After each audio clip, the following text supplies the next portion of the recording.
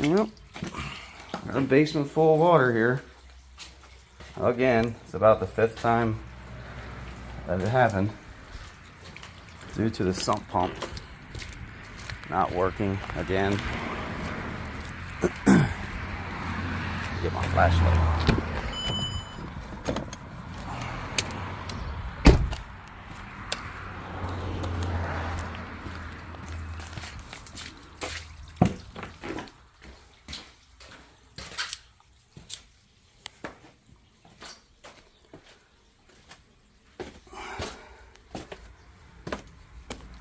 Fun. You can see the water line.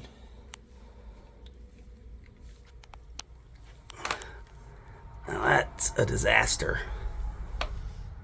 Luckily it didn't get up to the electrical panel. Ripped everything out.